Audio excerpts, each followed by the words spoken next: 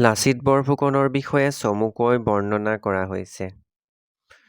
লাচিত বৰফুকন আহোম সেনাপতি আছিল। তেওঁ জন্ম হৈছিল ১৬২২ চনত।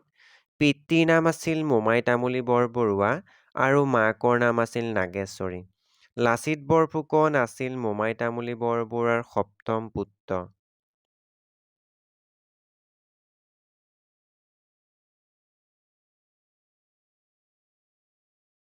লাচিত বৰফুকন আহোম ধৰ্ম ফুৰালুং আছিল।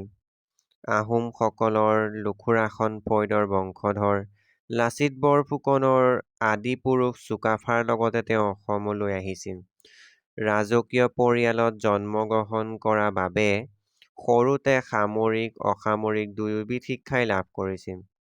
নিজৰ বীৰত্ব, সততা, কৰ্তব্যনিষ্ঠা, ন্যায়পৰায়ণতা আদি গুণৰ বলতে স্বৰ্গদেউ চন্দ্ৰকান্ত সিংহৰ আহোমৰ বৰ সেনাপতি আৰু বৰফুকনৰ খিতাপ পাইছিল।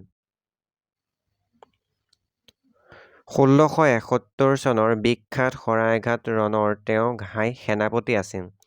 যুদ্ধৰ প্ৰস্তুতিৰ সময়ত দুৰ্গ নিৰ্মাণৰ বাবে দেৱালয় নিৰ্মাণ তদাৰক কৰিবলৈ মোমায়েকক নিযুক্তি দিছিল।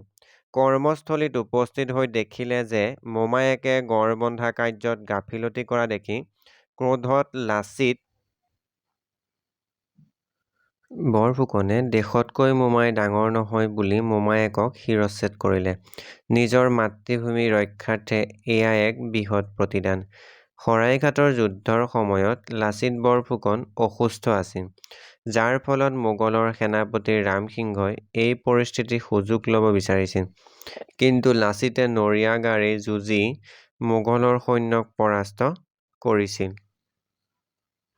লাচিত বৰফুকনৰ এনে মহান সাহস, দেশপ্ৰেম, কৰ্তব্যপৰায়ণতা, সততাৰ বাবে অসমৰ ইতিহাসত তথা অসমবাসীৰ মাজত আজিও নায়ক হৈ জীয়াই আছে।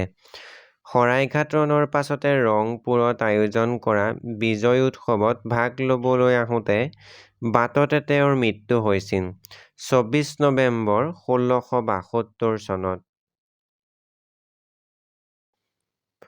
সেয়েহে প্ৰতি বছৰে ২৪ নৱেম্বৰ তাৰিখে লাচিত দিৱসটো মহা ধুমধামেৰে উদযাপন কৰা হয়। এই দিনটো চৰকাৰী বেচৰকাৰী সকলোবোৰ প্ৰতিষ্ঠান বন্ধ থাকে। ভাল পালে ভিডিঅ'টো লাইক, কমেণ্ট আৰু শ্বেয়াৰ কৰিব। লগতে যদি আপুনি চেনেলটোলৈ নতুনকৈ আহিছে তেনেহ'লে অনুগ্ৰহ কৰি ছাবস্ক্ৰাইব কৰিবলৈ নাপাহৰিব। আগন্তুক প্ৰতিযোগিতামূলক পৰীক্ষাত উত্তীৰ্ণ হোৱাকৈ ভিডিঅ'বোৰ পাই থাকিবলৈ বেল আইকনটো অন কৰি থ'ব। ধন্যবাদ।